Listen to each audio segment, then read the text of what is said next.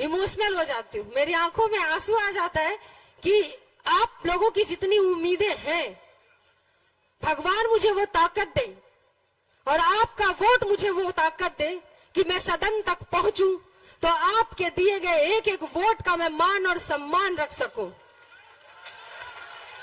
बगैर किसी भेदभाव के, बगैर किसी कुएं के घमंड के, मैं सभी को एक बराबर सम्मान दूं।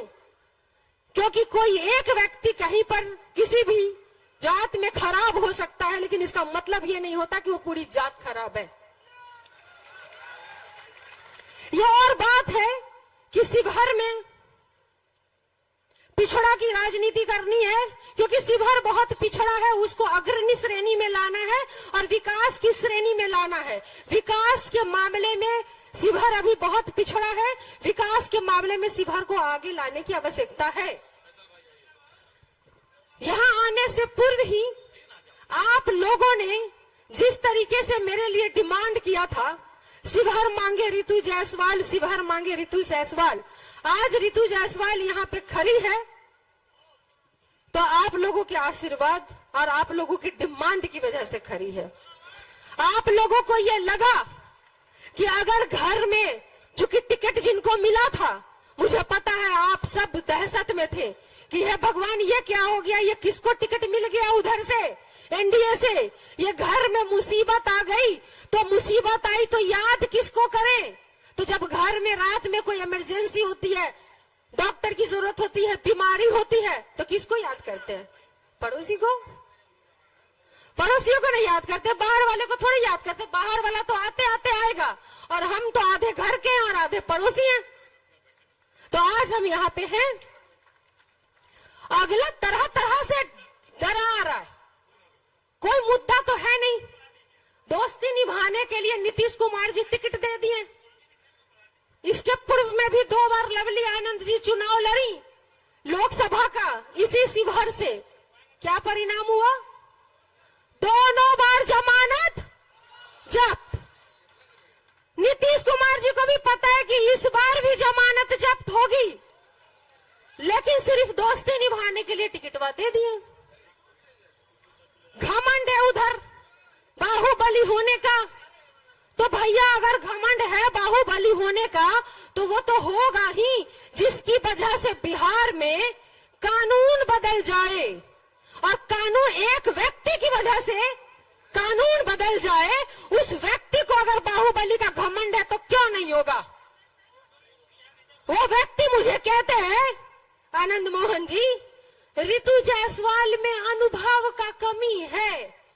ए भैया, ये जो अनुभव है ना, सजा काट के किसी डीएम की हत्या करके जो जेल से सजा काट के आए हो, वो अनुभव तुम अपने पास रखो, मुझे तुम्हारा ये अनुभव नहीं चाहिए।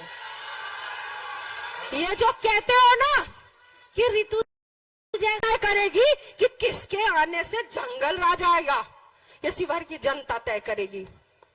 हेलीकॉप्टर आएंगे, उतरेंगे, एक हमारे नेता उनके 100 हेलीकॉप्टर पे भारी पड़ेंगे, क्योंकि वो जमीन की बात करते हैं। तेजस्वी जी ने अपने कार्य में जो 17 महीने का कार्यकाल था, वो 17 साल कहां हवा में उड़ गया, पत्ता भी नहीं चला। और आज अगर बात हो रही है तो उनके सिर्फ 17 महीने के रोजगार की बात हो रही है।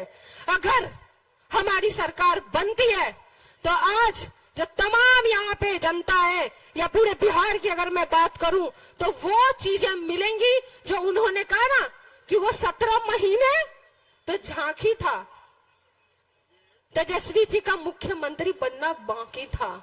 लेकिन पलटू राम जी बोले मन नहीं, अच्छा खासा लोगों को काम मिल रहा था, नौकरी मिल रही थी, इतनी बहालियां हुई, लेकिन बोलते हैं चाचा मन नहीं लग रहा था। जब मन नहीं लग रहा था तो पलट के चले गए वहां।